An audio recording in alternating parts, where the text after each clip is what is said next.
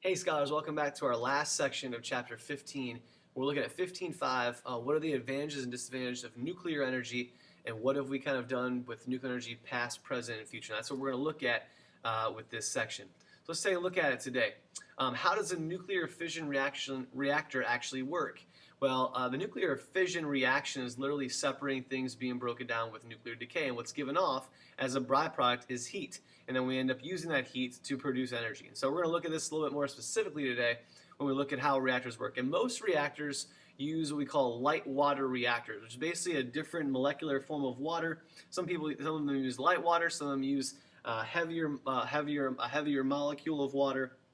And what they do is they use that to then cool the reactor, as well as use that to heat up to generate steam to then turn a turbine to produce electricity. And one of the ways that the nuclear reaction actually works is it actually has uranium ore, which is an isotope, and it basically is packed as small pellets into fuel rods. They're very large.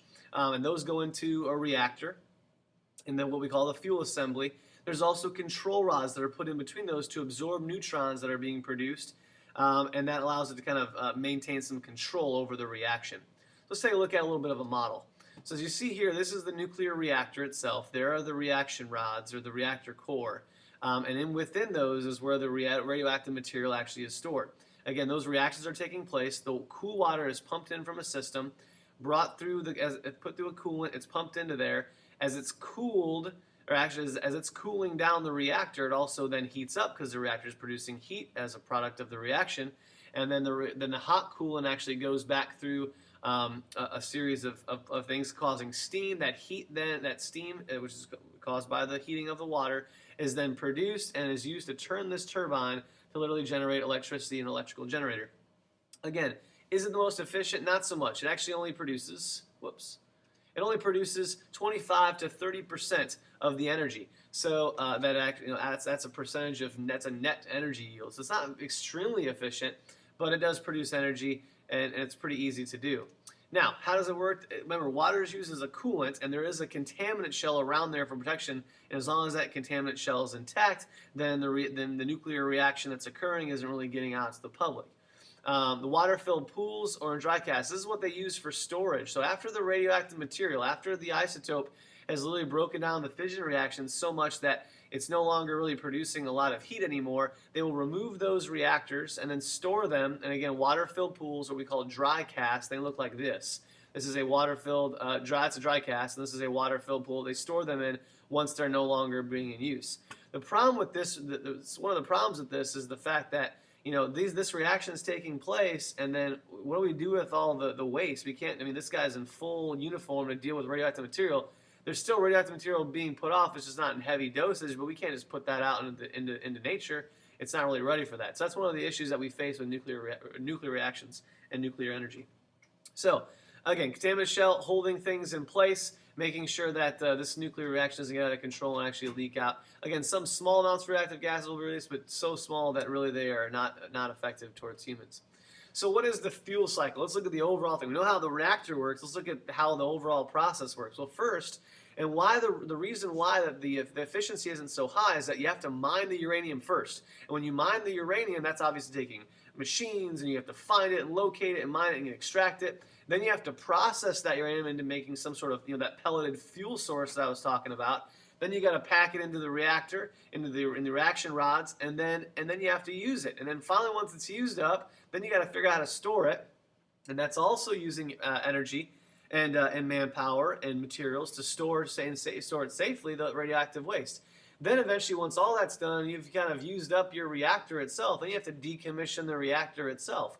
So there's a lot that goes into starting it, using it, and then ending with it. And most of what we're dealt with now is what we're supposed to do with it afterwards. And that's kind of the tricky part we'll look at a little bit later. So here's kind of the visual form of the fuel cycle. At step one, you're mining the uranium itself. There's a little low-level radiation with a long half-life. Then you're taking it, converting that, and enriching it into a fuel source in those pellets. Then you assemble the fuel in the reaction rods. Then you take it and use them in the reactor. Once the reaction is completed, you can decommission the reactor itself if this facility is no longer suitable, and then they actually have to store that and store all of that radioactive material. or it goes into temporary storage of spent fuel assemblies underwater or in dry casks. And if we can take those, if there's anything left as far as the nuclear reaction, we then can go put it back and reprocess it into the fuel source, put it back in the pellets, and keep it going. But eventually that's going to run out, and eventually it has to be stored. That's kind of the ending product here. It can't be reused forever. Okay, so that's kind of the problem there. So what happened to nuclear power? Why isn't it so efficient, or why is it even declining even more expected into the future? And the reason why is economics. It costs a lot of money to maintain and build and keep up a facility like that. It also has been poorly managed as a resource. It has a low net energy yield, which we talked about earlier, of the nuclear fuel cycle, which is not obviously as energy efficient as we like it to be. There are lots of safety concerns and hazards to the human health, and there's a need for greater government subsidies toward it, so more money being put into it to better the facilities, the reaction, and the whole energy resource as a whole. There's also concerns of transporting uranium. It is a radioactive material. Transporting it can be risky as well to human health as well as the environment too. So those are a couple of the reasons why nuclear power really hasn't gone even further than we thought. Two cases that we're going to look at are part of that safety thing and that safety issue. We had the worst commercial nuclear power plant accident in the United States back in March 29th, 1979, and actually near Harrisburg, Pennsylvania on 3 Mile Island. It was a nuclear reactor that basically had a crack in its casing and it lost its coolant. When that happened, that led to partial uncovering and melting of that core. Again, it was still contained overall in the facility pretty well, but we know there were amounts of radioactive material that escaped. We just don't know how much, but it wasn't as much as the next case that we're going to talk about in a second. People did flee the area, and it did increase awareness and also public concern for safety with nuclear reactions or nuclear reactors, and that actually led to improved safety regulations and precautions in the U.S. So although there was a problem with it, it did lead to further things, and it wasn't as bad as at least this next one. The next one is probably the worst nuclear disaster meltdown ever in human history, and this is Chernobyl. Maybe Chernobyl happened April 26, 1986, in Ukraine. This is because a man-made problem, really. It was a problem by man and not monitoring the reactor well enough. A series of explosions occurred, causing the roof of the reactor to literally blow off. We had a partially meltdown and a fire for 10 days, literally a nuclear meltdown for 10 days. Huge radioactive clouds spreading over many countries and eventually the world. And the problem with it is in the early stages of this reactor melting down, people in the surrounding areas were not really notified. They were still letting their kids play out in the streets. And so there were people that were negatively affected by this. 350,000 people ended up leaving their homes and clearing out of that area. And we're still seeing effects on human health, water supply, and agriculture to this day from this disaster that happened more than 20 years ago. So almost 30 years ago. So that's pretty crazy to think about. And this is an image from that meltdown, and that reactor just totally melted. There's people in there cleaning up after the meltdown occurred, again, putting their lives at risk because of that nuclear radiation that's still there. So let's take a look at the advantages and disadvantages of nuclear reactors, or nuclear fuel cycle. Again, the advantages, there's a large fuel supply. There is a lot of it. It's very low environmental impact as long as there's no major meltdowns or accidents. It emits 1/6 the amount of CO2, which takes down in greenhouse gas, which we learned about last chapter, in chapter 19. There's moderate land disruption, only really with the mining and also the building that actually is used to do to hold the reactor. Moderate land use again, and low risk accidents as far as because of multiple safe systems now, except for that Chernobyl type reactors, which we're trying to phase out and move into more safer reactors. Now, the disadvantage is that it cannot complete economically without huge government monies donated to it in the form of subsidies. Low net energy yields, you're not getting as much for all the work that you're putting into it. There is high environmental impact with major accidents such as Chernobyl, and there's also lots of risk of catastrophic events occurring because of the impact of nuclear energy and what comes from it and the radiation formed from it. No widely acceptable solution for long-term storage, really, over radioactive waste. We really don't have a clue as to how to store long-term, at least for the life cycle that takes place with this reaction. And it could be subject to terrorist attacks, which would be very, very bad. And obviously, as the knowledge spreads of technology with nuclear reactions, it could end up people wanting to build more nuclear weapons, which could end up being a problem worldwide for wars and such.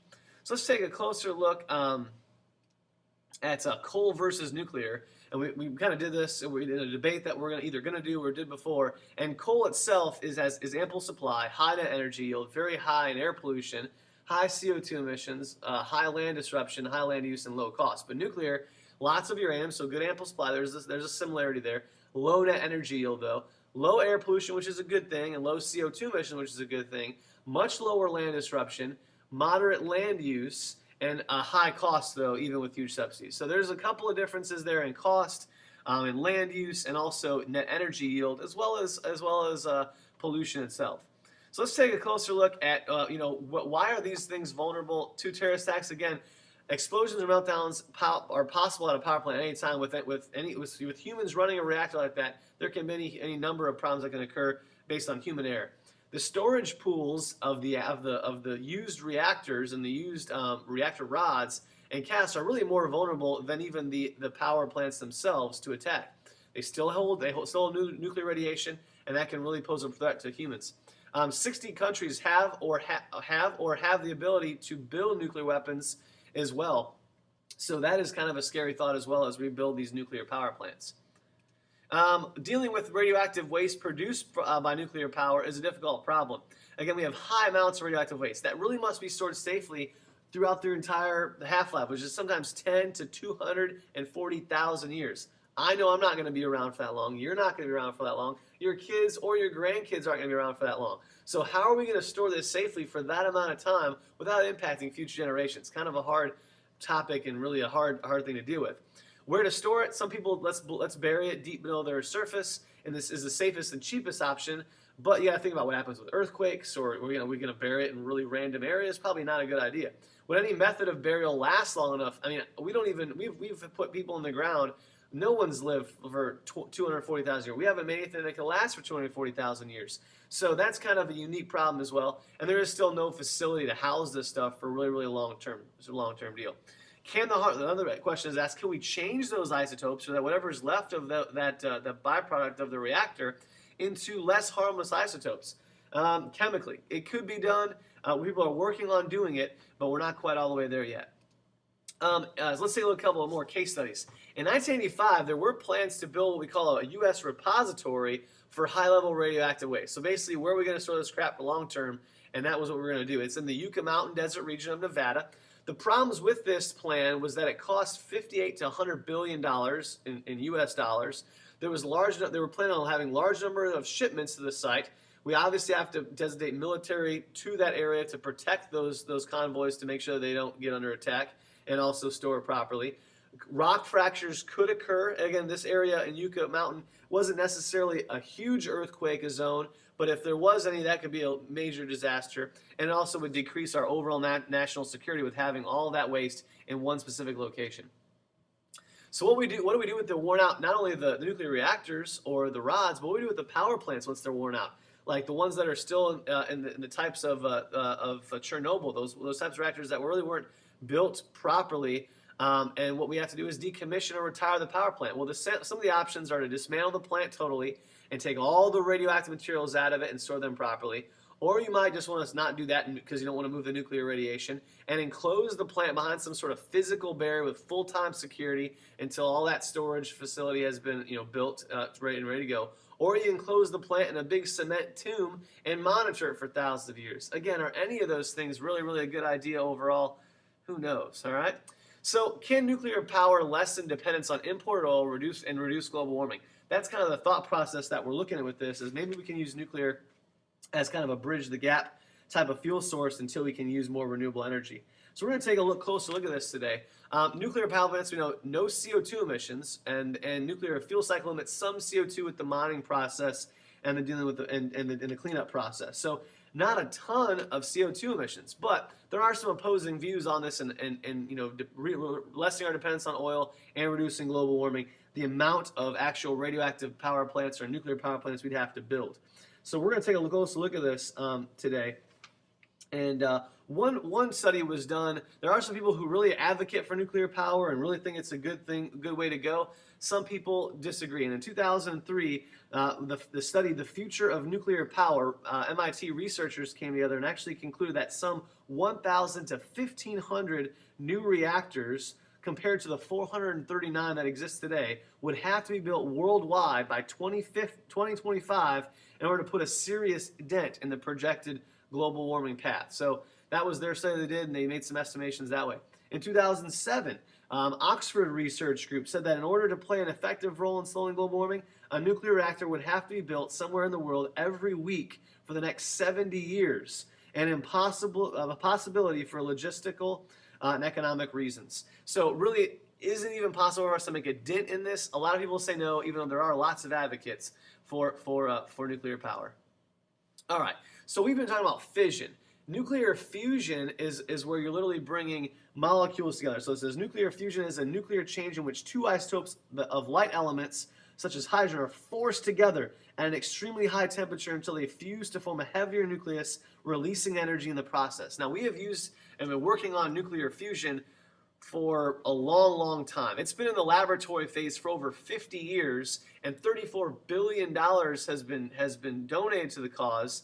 And we still haven't came up with a safe method of doing this that would really produce energy long term.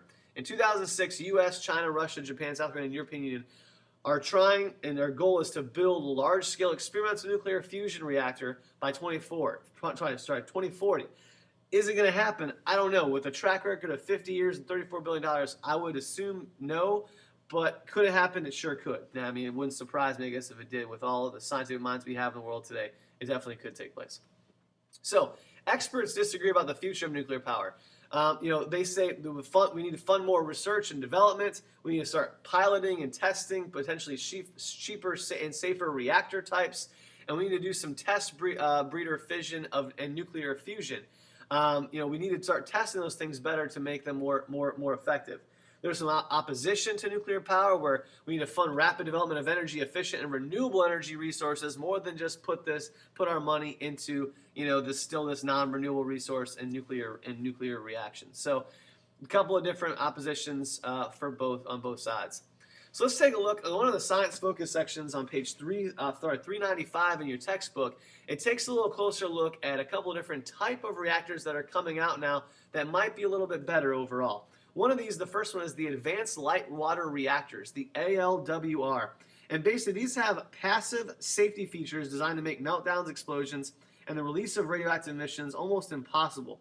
Most are high-temperature cooled reactions, which is this HTGC, which basically avoid some of the problems associated with water-cooled reactors. Proponents also contend that the gas-cooled reactors could be used to decompose water to produce hydrogen fuel for powering motor vehicles and planes. So they think that might be the future of reactors. Another one is called a pebble bed modular reactor. And that is an idea first proposed by a chemist right after World War II, where it says one advantage of pebble design is that it does not need to be shut down for refueling, and instead pebbles are taken from the bottom of the reactor every day and weighed to see if they still contain usable nuclear fuel. Those that still have it are returned to the top pile, and others are removed and then stored. So that could be another one. The pros, there's no need to shut down for refueling, which is good. Some of the cons, let's take a look at some of the cons for this. A crack in the reactor could expose graphite protective coatings to the air, which would be bad. A lack of contaminant shell for any reactor would make it easier for terrorists to infiltrate and cause some damage. And this technology would create about 10 times the volume of high-level radioactive waste per unit of electricity as a conventional nuclear reactor produces. So it maybe produces more waste than it does energy. Another one that we might be able to do is called the breeder nuclear fission reactor. And this one generates more nuclear fuel than they consume by converting non-fissionable uranium-238 into fissionable plutonium-239. So that is another one that could be there as well as a type of reactor that we could use for seeing in the future. The last thing we're going to look at today is the new generation of nuclear reactors must satisfy at least these 5 criteria, and really in order to be effective. And the first one is that it's safe. There can be no runaway chain reactions. They have to be totally impossible with the reactor that we actually develop. The fuel cannot be used for nuclear weapons. If we can somehow design a fuel source that would be inaccessible to terrorists, and also inusable or unusable. Easily disposed of fuel, that we can easily dispose of the waste product. A nuclear fuel cycle must generate a higher net energy yield than the other alternative fuels without really any huge government monies. and also emit fewer greenhouse gases than other fuels, which it does already for the most part. So it's got to meet those next generation nuclear reactors must meet those 5 criteria to really be as effective as we like them to keep on using nuclear reaction, nuclear energy. That brings us to the end of chapter 15. We'll see you guys next time when we look at renewable energy with chapter 16.